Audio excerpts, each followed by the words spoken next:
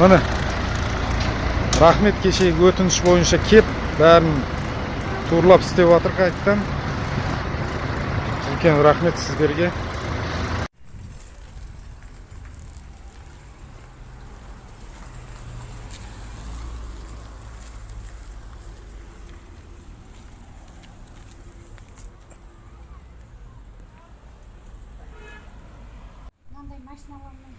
Қолмен тасып, авамыз салып жатыр құмда сүршелекке.